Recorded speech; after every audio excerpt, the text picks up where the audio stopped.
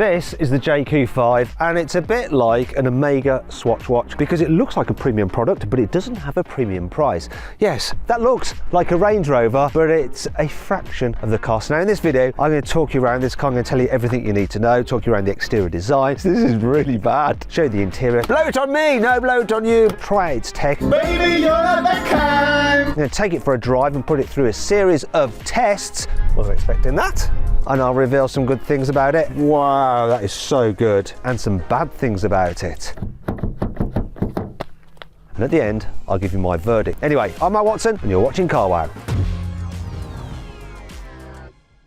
We need to put the Jaecoo 5 into context by talking about its price first of all. So it starts from just £24,500. Now this is the range topping luxury version with the electric motor. It's the most expensive one you can get. It's £30,500.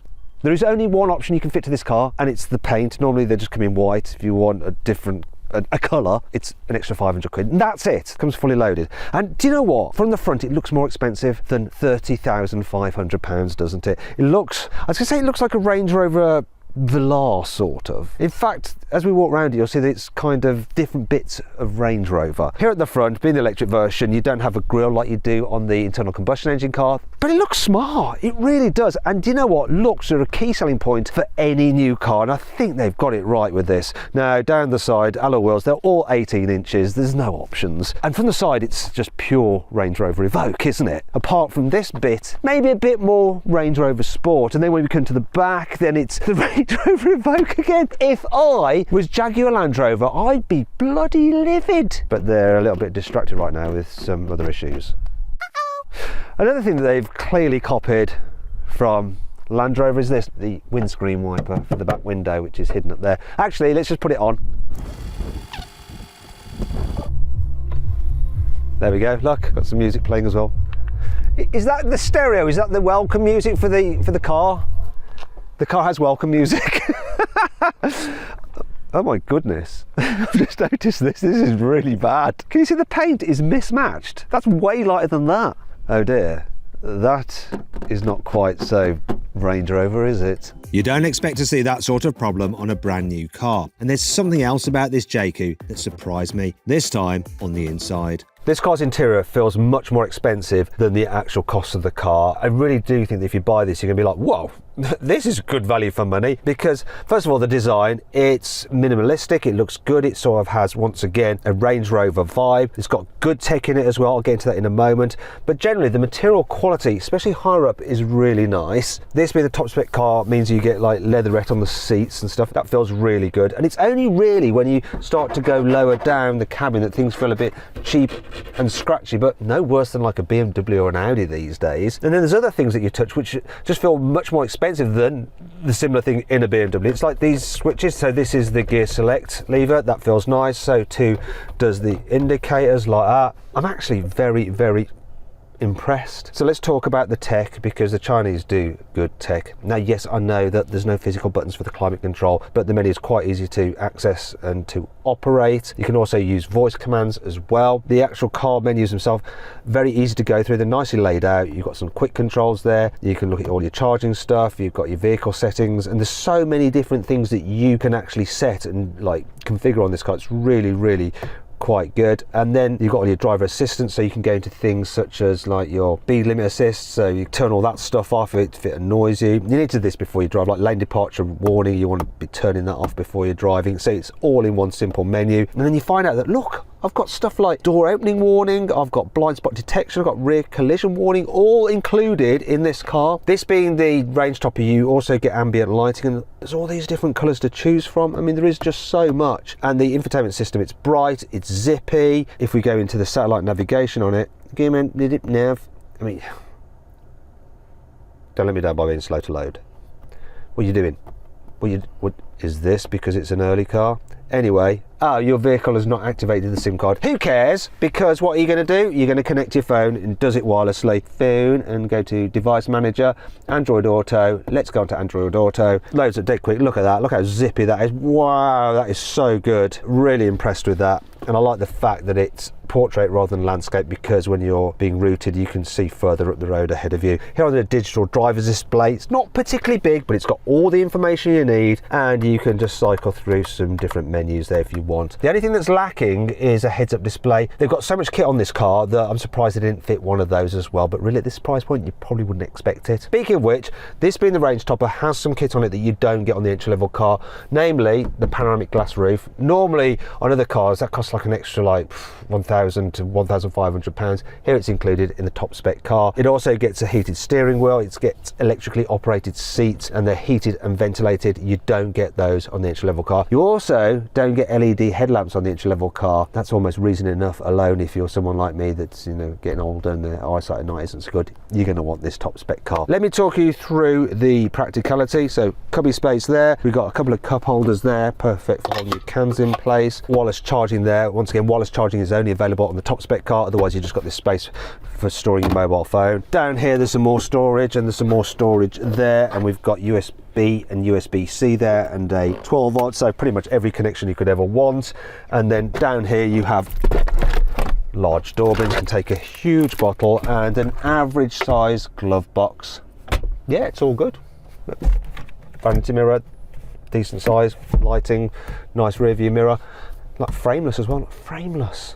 I am very, very impressed with the interior of this car. Here in the back, I'm slightly undecided. So knee room is pretty good, headroom is good. The seat bases are nice and deep, so they should be comfortable. The problem is that the seat is quite close to the floor because you've got the battery pack underneath, and as a result, there's not much under thigh support. And if the person in front of you has their seat in a low position, like I like to drive, you feel cramped in the footwell. Now I've actually raised this passenger seat up, so if I move across like this, I'm now comfy, and I'm going to need my CarWow chums to jump in here with me. So the middle seat in this car is actually pretty decent, and I don't know, shoulder rooms, you know, we wouldn't choose to do this.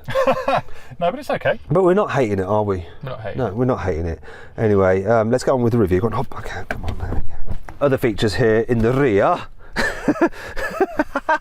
This is not good. There's an air vent, there's just one, so you're going to be fighting. Blow it on me, no, blow it on you. Anyway, and then there's one USB, an old-fashioned USB to fight over there. Got some pockets on the backs of the seats, both seat backs, big door bins, couple of cup holders that they are exposed, so that's not perfect. However, look, rear windows go all the way. They go all the way down pretty much, all right? Oh, and look, easy access Isofix anchor seats. I'd like to demonstrate putting a child seat in there, but you know, as a father who has tested many cars, I can tell that it's going to be easy to fit even a bulky rear facing seat into this car. I'm telling you now, I can just sense it. But how good is the Jaecoo at carrying more than just passengers? I forgot to show you one thing earlier, and it's another way this car is like a Range Rover. Look, a clamshell bonnet. We have a small storage area there. We've got the charging cables. Actually, I say small, for a front boot it's not too bad. Let's check out the big boot at the back though. This Jaecoo's boot capacity is a respectable 480 litres. However, if you want a bigger boot than that, maybe check out the Renault Scenic. It's got like almost 10% bigger boot. You can actually alter the height this opens using the screen, because you can do everything through that screen. Let me just remove the parcel shelf for now. No load lip to lift things over, because you have an adjustable boot floor which you can lower down if you need to carry some bigger things. Now underneath there you might be thinking, oh classic, no spare wheel, sign of the times. However, while this car may not have one, it's because it's a press vehicle. Customer cars will have a space saver spare wheel as standard, so you don't have to mess around with like the kind of annoying like tyre sealing gloopy stuff. Shall we see if this parcel shelf will fit into there? Go on, you can do it, Jaecoo. Come on, Jaecoo. Don't make me chuck your parcel shelf into the bushes. Is it going to get thrown? I haven't done this for a while. No. Nick, do you want to just double check here? But I'm pretty sure.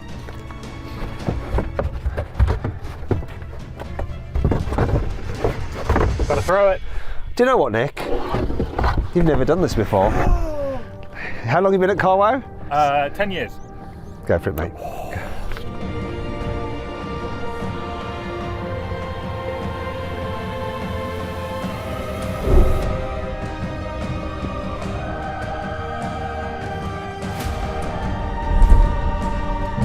That was beautiful.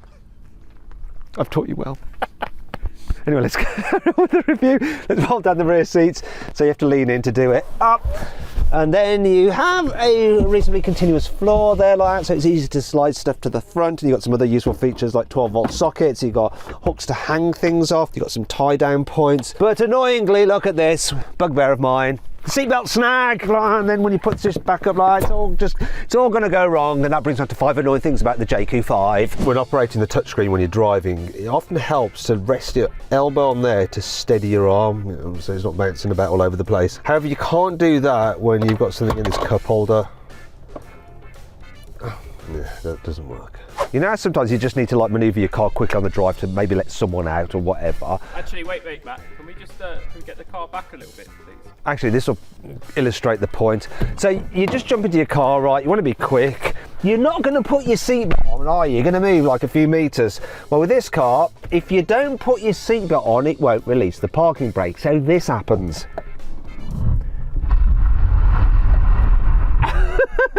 Do you know what? Actually, if I do it going forward, it reminds me of when my dog had like slightly inflamed anal glands and it used to like run around the lounge on the carpet doing this kind of thing.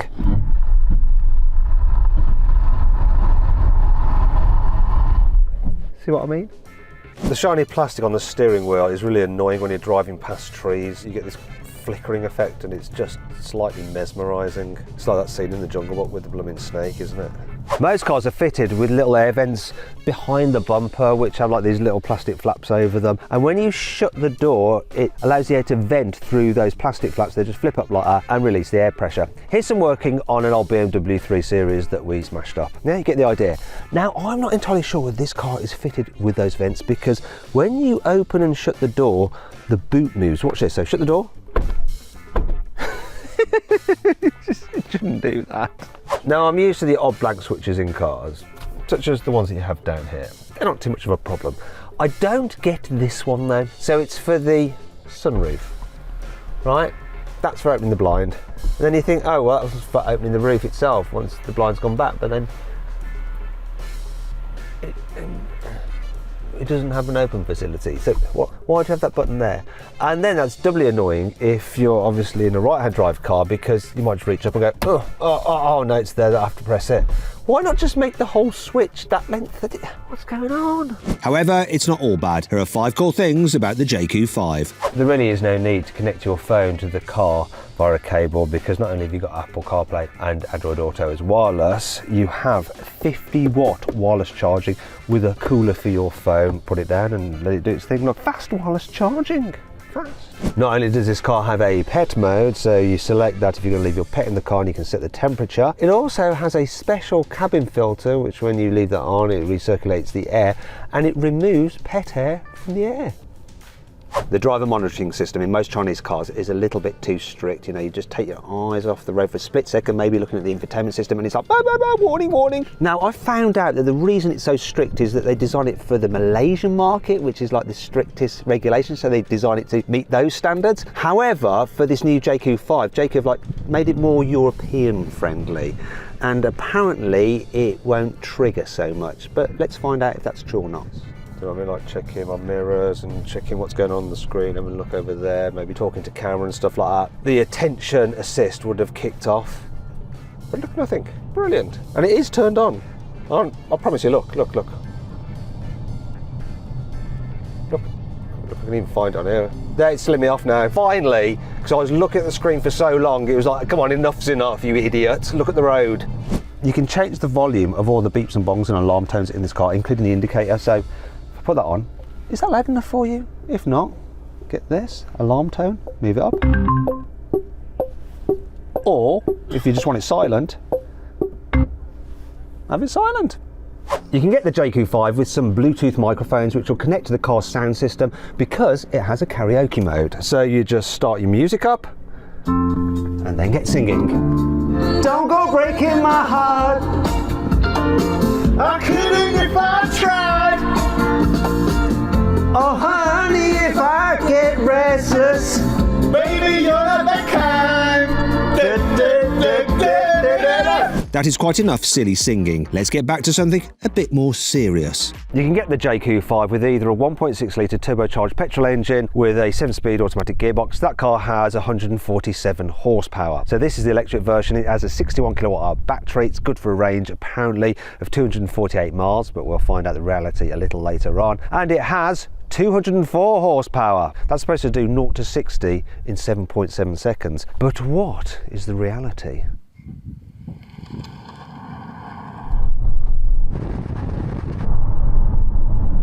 That's like a whole second quicker. Wasn't expecting that, but I'm pleased. One of the main benefits of an electric car is of course the pickup from about 30 to 70, so that real world driving when you need to like overtake someone or join the motorway or something. So here we go, 3, 2, 1, go.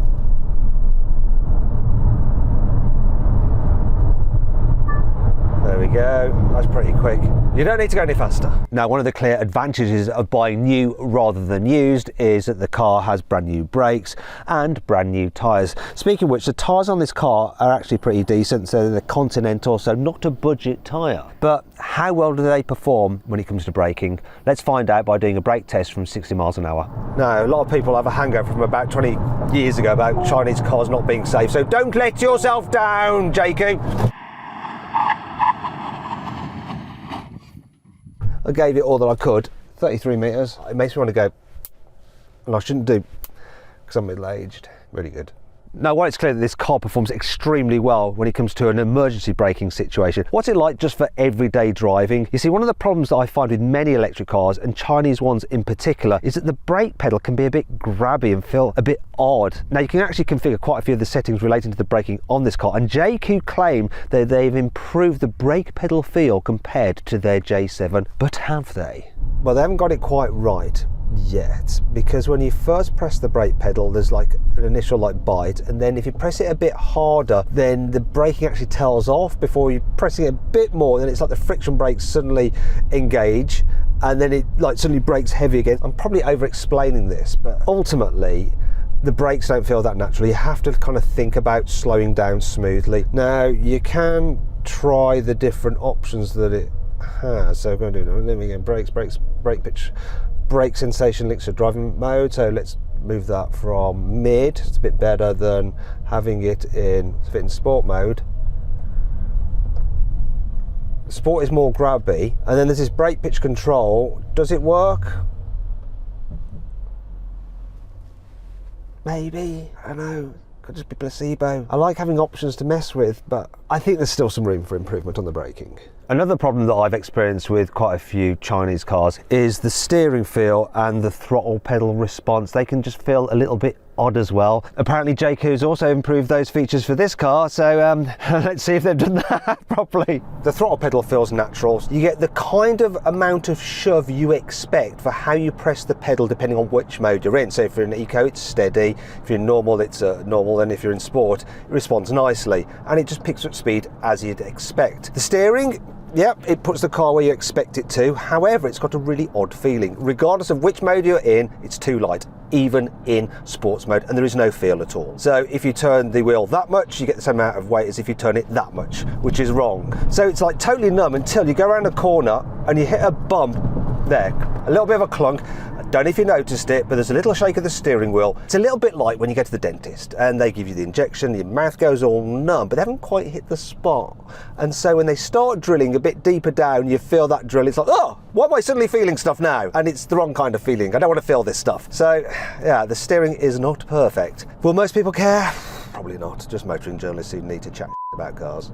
In order to help make this car as easy to drive as possible, Jaecoo's fitted even the base version with surround view cameras to help with navigating the car around town. So this car likes to open and close at random. So wait, what's going on? Have you got the key, Nick? Is it you, Lewis?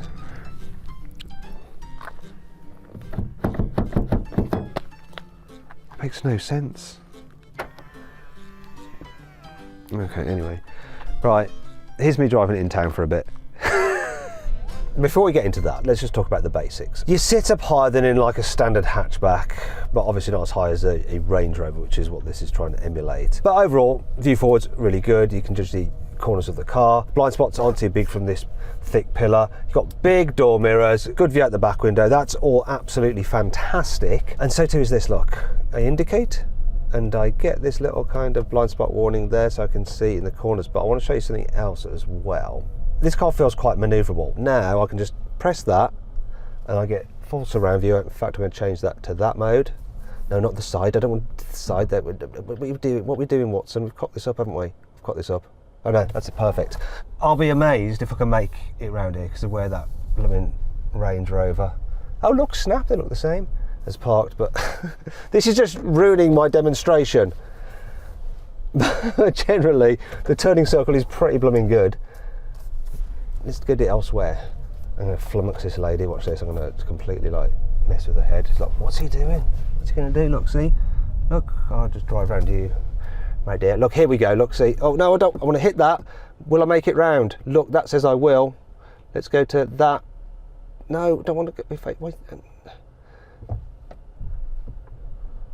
See, that's helpful. I suppose I've got to learn where all the features are just to be able to operate it properly, but it's very handy. I'm determined to make this. I just won't give up. I won't give up. Look, look, come on, come on. Come, no, I ain't gonna make it. Bollocks. Lewis, I want you to get out and talk me through. If I can make that, I'm gonna be so happy. The camera says no, but it might be being a little bit pessimistic. No freaking way. Oh, now I think with this top-down view, it's saying no, it's saying no. Damn it! I hate you, Range Rover. I wanted it to happen, but... I know. We all wanted it to happen. Did I just need an extra inch? Yeah, you always need an extra. You could always do with an extra inch. To try and make this car as comfortable as possible, Jaecoo's fitted the 5 with independent rear suspension. And okay, right, wasn't expecting that. It's got the hands-free boot opening, hasn't it? Honestly, this car has a mind of its own. It's like locks and locks, locks and locks. Now, if I recall correctly, this is how you open the boot. Stand like that, it should flash. It's not going to do it now, is it? It's not going to, no, it's not, of course it's not going to do it. It's going to do it when I'm knelt down there. So let's lock it, walk away, walk near it and just stand here. And it should flash its indicators. And there we go, and then I'll step away into this zone and it should open. Open! Yeah, there we go. Right, shall we continue with what I was trying to say? That is independent rear suspension. On quite a few cars, usually from Germany, on cheaper models, they just have an old-fashioned torsion beam, which means that the rear wheels are actually attached, and that does affect their comfort. For this car, it appears that Jaecoo's really worked hard to give this car the best balance of ride and handling. Have they succeeded though? Shall we find out whether it's comfy and drives well? Or is that impossible? I often find EVs to be a little bit bumpy, so they tend to jiggle about a touch on the suspension, and this one is not really any different. It's not terrible, but it's there. And sometimes at lower speeds you hit a bump and you get like a clonk through the body of the car. Once again, it's not terrible, but you do notice it. What is surprising with this car though is it stays really flat through the bends, and it can go through corners quite quickly, a lot quicker than you think a car like this should be able to. So here we go, going around a corner, look, it's gripping and going round. There's the clonking in the steering wheel. Did you notice that I was talking about earlier? Really, really evident then. But once again, here's a turn. I'm going to chuck it in and it'll just sort of go round. Look at that. But there is a slight problem. This car doesn't actually feel fun. Part of the reason is that it's front wheel drive. And so you get to this situation where you're going along the road. You think, well, this is pretty good. And then you want to accelerate out of a turn. I'm going to show you what happens now. So here's a tight turn. We're going up a hill there, so the weight will be on the back of the car. And if I turn and then put my foot down, you hear that? Like, I'll do it this way as well. I didn't do it then, but it sometimes just spins up its tyres because it's front wheel drive, because it loses traction and then it reduces the power and it stops you from like driving at the speed you quite want to. It's particularly bad as well when you're accelerating from a standstill from a junction. I think that something like a MG4, which is rear wheel drive, just puts its power down better, it flows down the road nicer, and if you want an EV that's affordable but also genuinely good fun to drive, that's where you should look. It's absolutely fine, and people who buy this car will be more than happy with how it goes around the bends. It's just not for people who are really into cars. What you don't get on an MG4 though is insulated glass, which is designed to reduce noise entering the cabin. So, has it worked? Does it make this car nice and quiet to drive? I'll tell you what, it does work because there's hardly any wind noise at all. However, that's allowing me to focus on the other noise, which is road noise. Seems to be quite a lot of it, just like echoing in the car. It's not terrible. I could still, happily drive long distances in this car, well, as long as it'll allow me to, because obviously it's an electric car, there's only a finite amount of range, and it's supposed to do 248 miles on a full charge. This car, I'm averaging 3.5 miles per kilowatt hour, so that equates to, when I multiply it out by the battery of 61 kilowatt hours, 214 miles on a full charge. Now, I have been giving it a little bit of welly, and I reckon if you're really careful, you could probably eke out about 230 or maybe a bit more. So the range is okay. The rest of the car, just for cruising about, seats are reasonably comfortable, although the seat base does feel a little bit on the firm side, so you're probably going to want to do a few stops on longer journeys just to take the pressure off your buttocks. But then of course you can just top up with charge, right? It all kind of works out. Anyway, that brings me on to my final verdict on this car. Should you avoid it? Should you consider it? Should you shortlist it? Or should you just go right ahead and buy it? Well, I reckon you should shortlist the Jaecoo 5. It really is a great value for money car, especially in this EV trim.